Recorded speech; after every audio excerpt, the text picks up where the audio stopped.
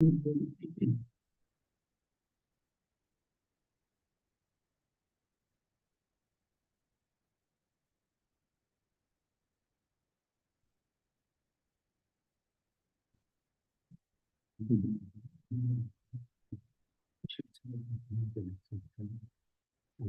Marv is not feeling well.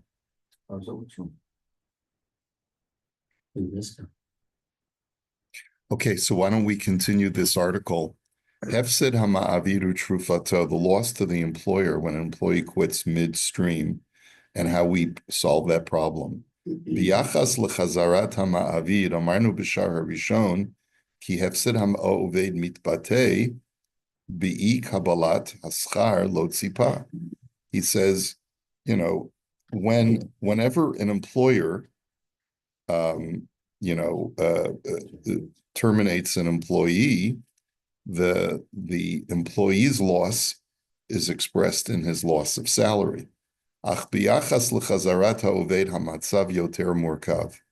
But when an employee resigns, it becomes more complicated. Mahu hefsedo shel bal habayit hama'avid. How do you quantify the loss of the employer? Kan yesh keshet shel efshariyot. He says there's a variety of possibilities.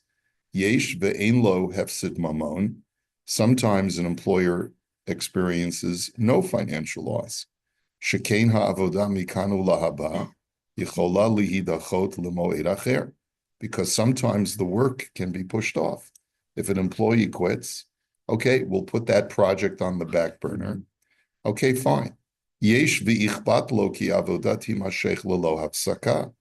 Below mipnei chashushu liyoker atidi.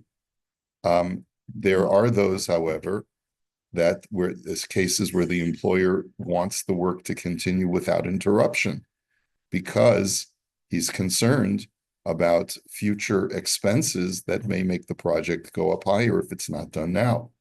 Ach yesh v'im havoda lo timashech ata yehelo hefsed mamashi miyadi. However, there are cases where if a job is interrupted, then there's actual traceable financial loss. B'lashon haMishnah davar ha'aved. In the language of the Mishnah, this is called something that where the value is lost because I can't do it anymore. V'hu mitpatzel lishnayim. And that too can break off into two branches. Ha'echad hefsid mamon kasher lo rak ha'avodah shenesta telech litimyon. So one situation could be a real financial loss, where if the job is interrupted midstream, then all work that was done up until now will be wasted. Let's say it's a perishable project, a perishable item. Elegam, okay, gam, harichush shabo nesta havoda yipased, right? He says, and also everything that was done up until now could be lost. Hadugmahi poalim sheniskaru lahalot pishtan min hamayim. So the example that's brought in the Gemara and in the Mishnah is that workers were hired to pull flax out of the vat in which they're soaking. Now that's necessary for the processing of flax to turn it into linen, but you have to pull out the flax after a certain period of soaking.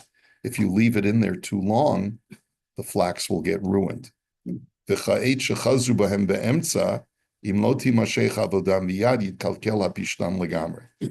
don't pull it out, the flax will be ruined. Hasheni hefsid ratzam b'lashon haritva.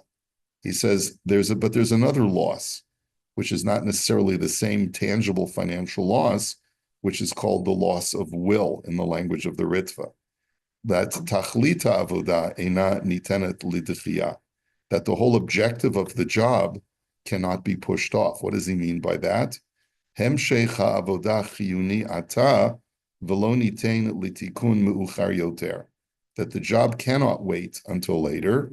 Ela she'im lo timashech ha'avoda lo yehi lamavid hefsid mamon ki im hefsid inyan chiyuni lo shelamano nizkar ha'poel.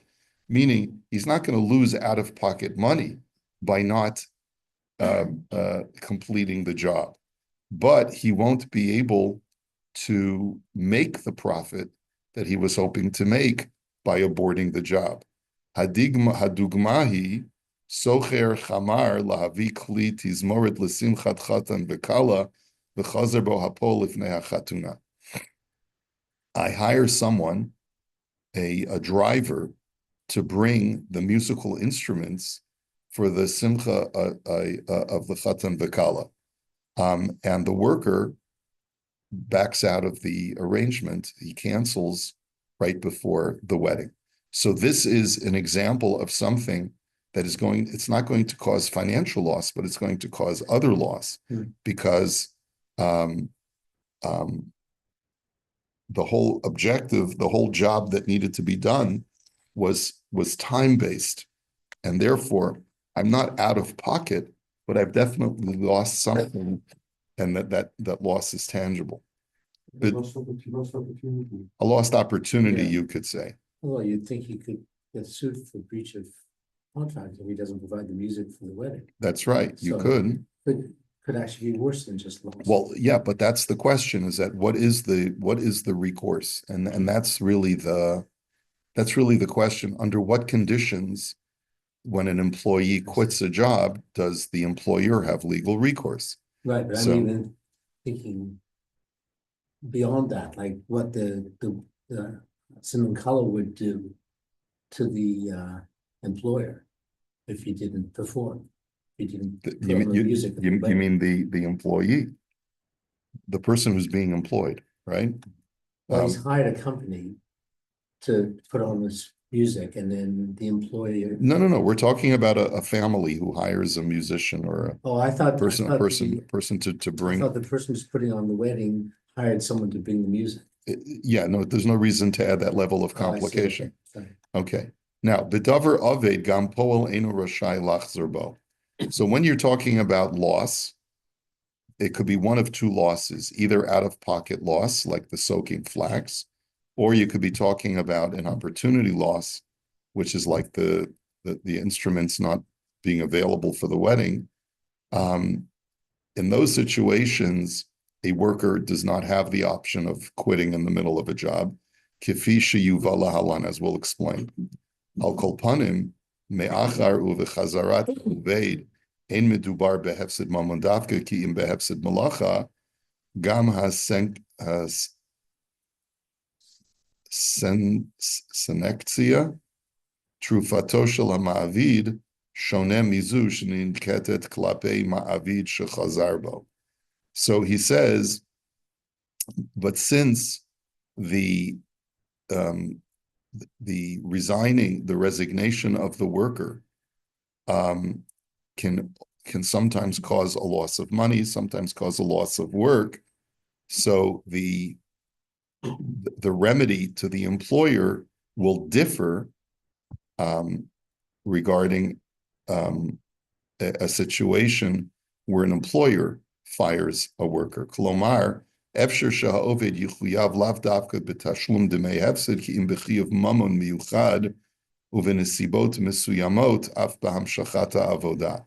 It could be that the employee who resigns will be obligated not specifically for the amount of loss, but it could be an additional penalty to pay additional monies. Uvenesibot mesuyamot af b'hamshachata avodah. Even if he were to resume the work later, ichbat hachozeh or akifat hachozeh b'lashon hamikubelet b'yameinu kemevur lahalan, which is called, I guess, breach of contract, as we'll see later on. So he's using a little bit more technical terminology. Gam kan kemo etzel chazarat ha'ma'avid. Here too, with the employee being the one who's resigning instead of the employer, yesh livchon shalev hachozeh im or yesh livchon shlav hachozeh im zu ba'a lifnei shena sekinyan o tchilat melacha o shabala achar mikein. You have to look at how the contract was crafted.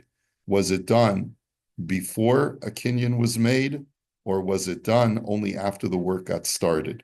Kamo ken yesh livdok ka'et im hein bishat arichata heskem ve'hein ata im hachozeh haya o yesh oved chalifi שיכול לעבוד באותו מחיר או במחיר זול או יקר יותר. Another criterion is going to be, upon the resignation of this employee, is there someone else that can complete the job in his stead for a comparable price? גם פה לא נידון בסיבת החזרה, כי אם במצב בו העובד נחשב כמפר החוזה. And here we don't have to go into the reasons for why the employee quit, but we just have to look at the situation of under what circumstances is the employee in breach of contract. Afilu im lo haya mezid, even if it's unintentional, כשהדוגמה הקלאסית היא חזרת העובד באמצע המלאכה, when we're dealing with the classic case of an employee resigning in the middle of a job. So, niftach b'matzav bo nigram למעביד הפסד ממשי מן החזרה, היינו דבר אבד, כפי שבואר לאל. So let's open with a situation of davar ha'aved, of when there's actual financial loss.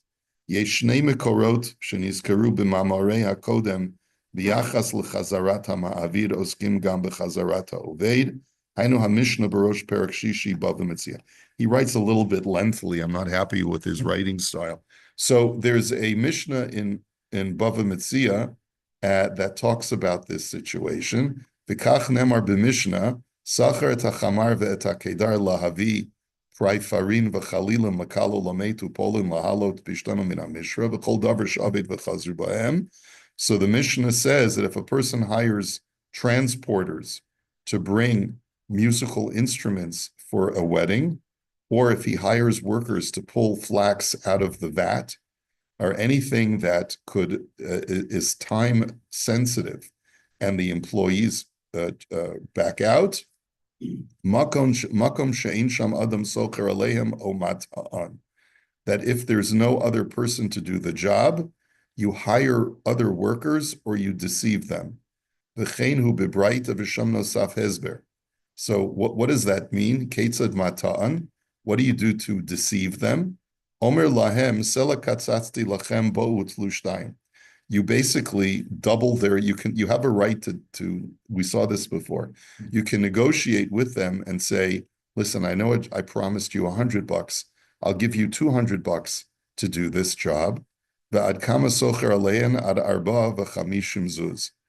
And if you can't find anyone else to do it for the same price, you can go even 40 and 50 zuz above. So what does that mean? Hagemar masbira yibesocher alein yishnei matzavim ha'echad bistam chazara socher aleihan ad kedei scharan. He says when it says that you can hire other workers, there are two situations. When an employee quits, you can, I guess, hold them accountable for up to whatever they would have been paid. And Hasheni kishabat chavila liyado pirush Rashi im yesh biyado mishalahen harbe kedercha umim hamakablu malei malacha mevin klei umnot labayit lebeit balabayit. So another explanation is that, let's say you have tools in your possession that belong to the employees, which is very common. An employee will bring his, let's say, expensive cutting tools or his expensive work tools, leave them at the work site, and then he'll quit in the middle of the job. So what you're allowed to do is, you can use that as the funds that you need by selling them off or giving them away to other employees in order to hire someone else to finish the job. So that is within your right.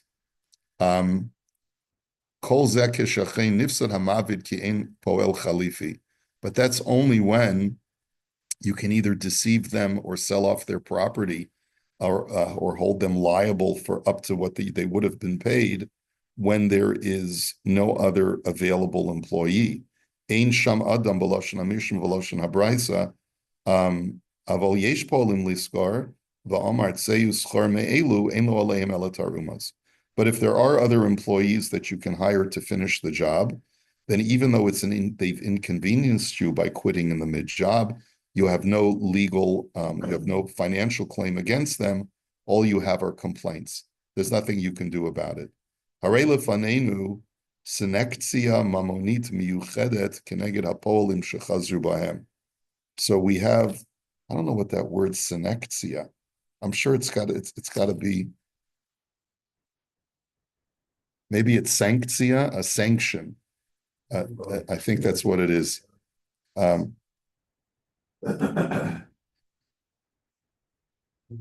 like section. So it sounds like. It's a sanction, yeah. Harei lefanenu sanctia mamonit miyuchedet keneged hapoalim shechazru bahem. So we have a financial sanction against workers who quit mid-job. Mahi mashmaut sensiazu. What is the so let's explain this more clearly. The matzav harishon in the first case, Rashai hamavi lahatot et ha'oved u'lahavtiach lo pi shnayim. You're allowed to deceive the employee and promise him double the wages, mischaro hamuskam, from what was already agreed upon, ula'achar ha'avoda in meshalim lo ki im scharo hamuskam. And then after the job, you only pay him what you had originally contracted, which sounds crazy, right? It sounds, normally we don't allow such deception. You're not allowed to make a deal with someone and then say, I'm not going to pay you, right? But here, where he's got you over a barrel, it's a davar ha'aved, and if he doesn't do the job, you're going to stand to lose potentially thousands of dollars. Chazal said you're allowed to do this. In Yana shel hatayazu yuvhar lahalan. We'll explain it more carefully further down the road. Im ene yachol lahatosam, so socher poel acher yakar yoter al cheshbon harishon ad kedei scharan. And if you don't have the ability to deceive them, now why wouldn't you have the ability to do that? In other words, I guess they're not taking the bait. Okay, yeah, right. So then you can hire another worker using what you would have paid them ad kedei scharan. Kolomar yesh al ha'oved chiyuv mamun mugbal kedei shamavi lo yafsid. In other words, I can take you to court, you the first employee. I can sue you for what I would have paid you, and you would have to pay that full amount in order for me to compensate a more expensive laborer. So let's say the other laborer that I could find, a plumber, whatever it is going to cost me 50% more because he charges a premium because I'm bringing him in at the last minute. So I can hold you liable for quitting, because let's say you decided to go fishing or whatever. I can hold you liable in Beis Din for you to compensate me so that I end up not having to pay extra for this other employee. Okay? Im lo nitzal hamavid zuchuto v'lo sachar acher, yesh omrim ki hifsid, ve'eno zake lekabel min ha'oved demei hafseda. Now, what happens if the employer fails to do either of the two? Let's say he's not able to deceive the first worker. He's not able to hire somebody else to finish the job, so he ends up losing the merchandise or doesn't have musicians at his kid's wedding. So some say, sorry, you're out of luck. There's no other remedy. Zuchutu hirak lihimana mehefsed al cheshbon ha'oved. Okay, all we do allow you to do is to do things that would normally not be done in order to save your investment. But if the loss is already there, you have no recourse. That's one opinion. Amnam yesh omrim ki kol ze behefsid ratzon kamo tizmoret lachatuna shenizkar lael shabo ein ha'oved mishalim pitzui l'sha'avar. However, some say that's only when there was a timely event where I needed a service performed. And without that service, I have incurred not a financial loss, but just the loss of something that I wanted, such as a musician at my child's wedding. So in that kind of situation, only there do I have no legal recourse, because you cannot quantify the value of music at your child's wedding. Ach b'mikra shel hefsed, and there's no out-of-pocket loss. Ach b'mikra shel hefsed mamon kidugmat hapishtan, but when it comes to a financial out-of-pocket loss. I invested so much in this flax, and because you failed to show for the job that investment is down the toilet, Yishalem gam demei hefsed mugbalim kanal. Then you would have to pay damages. The yesh omrim sheyishalem kol hefsedu. Some say it's full damages. B'divrei ha-Rama yesh mevucha bazeh sheken l'chora mevi et shtei hadeot. The Rama seems to be unsure. He equivocates because he brings both opinions, and he doesn't say which one it is. Okay, so with all of that said, let's go on to the next page. Now, Kishabat Chavila Liyado Shel Hama'avid. Let's talk about the second situation. Hamatzav Hasheni Hu Kishabat Chavila Liyad Hama'avid. When a package, the Gemara talks about a case where a package comes to the hands of the employer. The mikra zeh mutal chiyuv mamon gavoa yoter al ha'oved, uvelashon harambam v'ashulchan aruch socher lahashlim hamalacha ad arboim o chamishim zuz b'chol yom l'chol po'al afal pi shesacher hapol b'shlosha o arba'a. Now, what is the? We don't know what this case is of when a package comes to the employer. But in that situation, you are entitled to spend much, much more than what you would have paid to the first employees. Behezber chiyav zeh omer haramban dekana otam lihishtalem mimenes chiruto. That you hired these workers, or dekana ota, or let's, well, he's you just quoting these languages. Okay, let's just see. V'emshech malu haritva shtei efshariot shachavila nitenet kemashkon, o shehiknu lo begufo shel chavila kedei dameha me'achshav im yachzeru bahem bedavar ha'avet. Kolomar yesh kan chiyuv chozi michlala mashkon ha'kaniya b'tanai b'yachas la'ota chavila. It seems that what's going on over here is that the employer has basically taken on the risk of making sure that the job gets done, such that he's going to owe other people money if the job doesn't get done. That seems to be the case over here. The employer. So he has a contract to finish a job. That's right. Lefize nira shein medubar kim bechavila shenin al dat ken b'chumash b'divrei hamordechai b'shem ma'aram u'v'la'alacha b'rama. 1 second. L'chol mamon shel oved shehigia liyad hama'avid.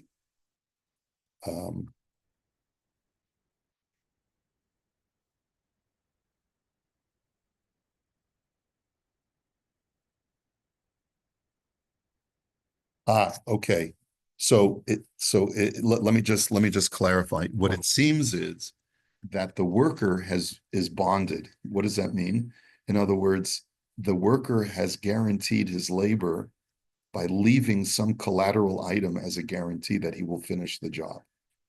So in that kind of work, now I guess that could happen in certain situations. That's what we call a bonded worker, right? Or a bonded.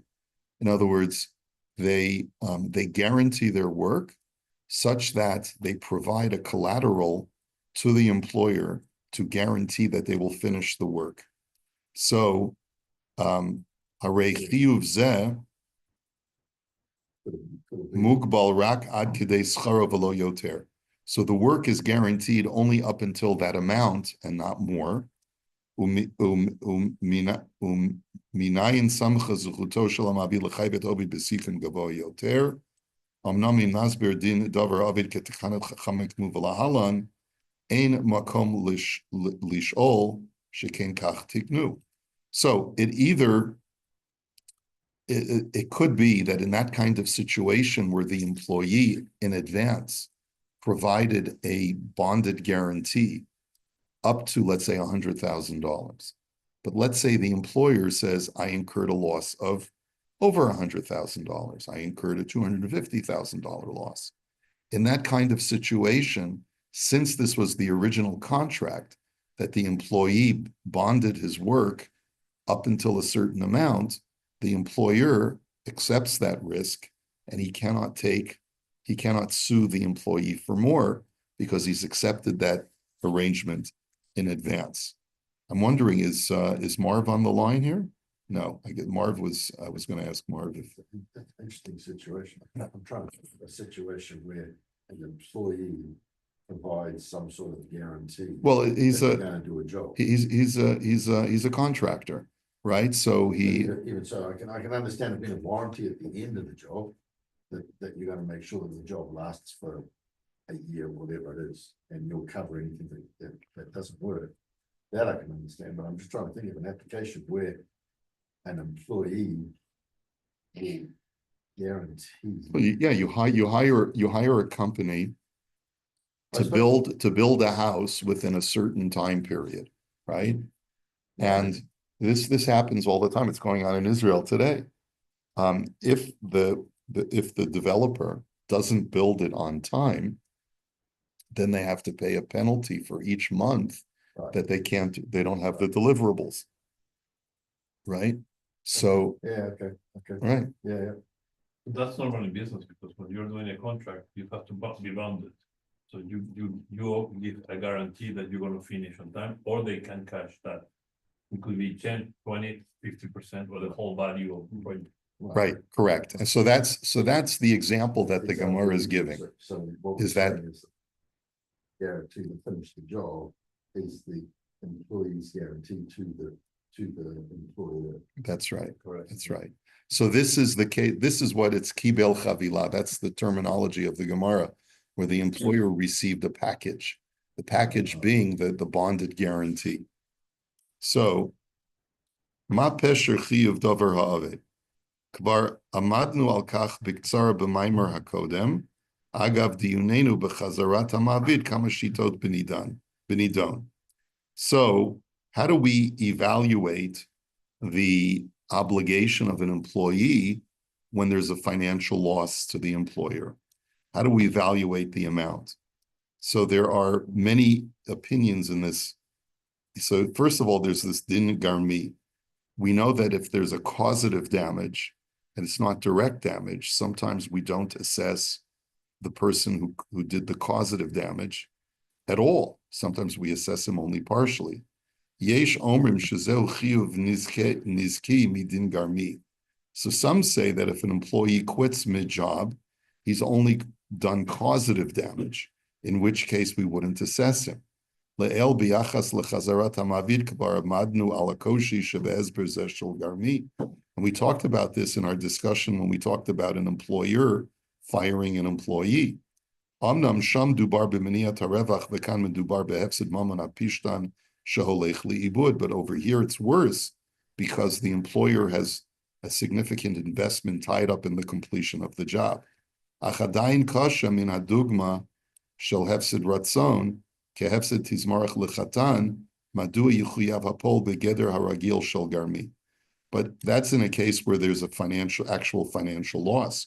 What about a loss of desire, meaning that I wanted someone to play at my kid's wedding and the guy didn't show up?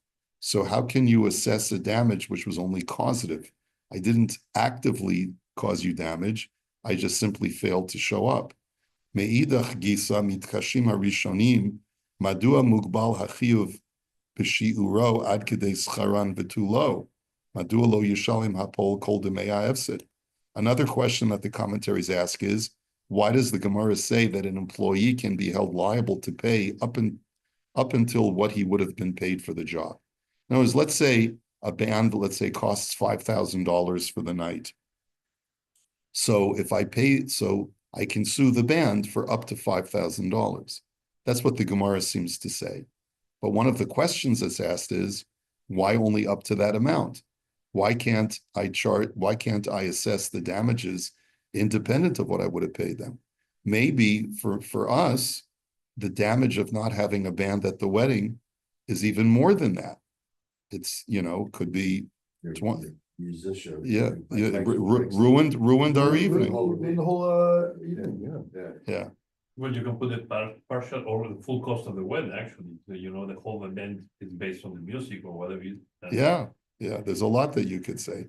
Yeter al kain l'shitat Ramban amarnu ki apol mishali merosh rak limnoa hefsed achim lo sachar hamavid poel acher patur apol madulo chayiv midin garmi. Okay, technical question on the Ramban. Okay, so we'll hold it here for today. We'll continue Bezrat Hashem, and maybe we'll just do this until the end of the week, and we'll choose something else for next week. Okay, have a great day, everybody. Well,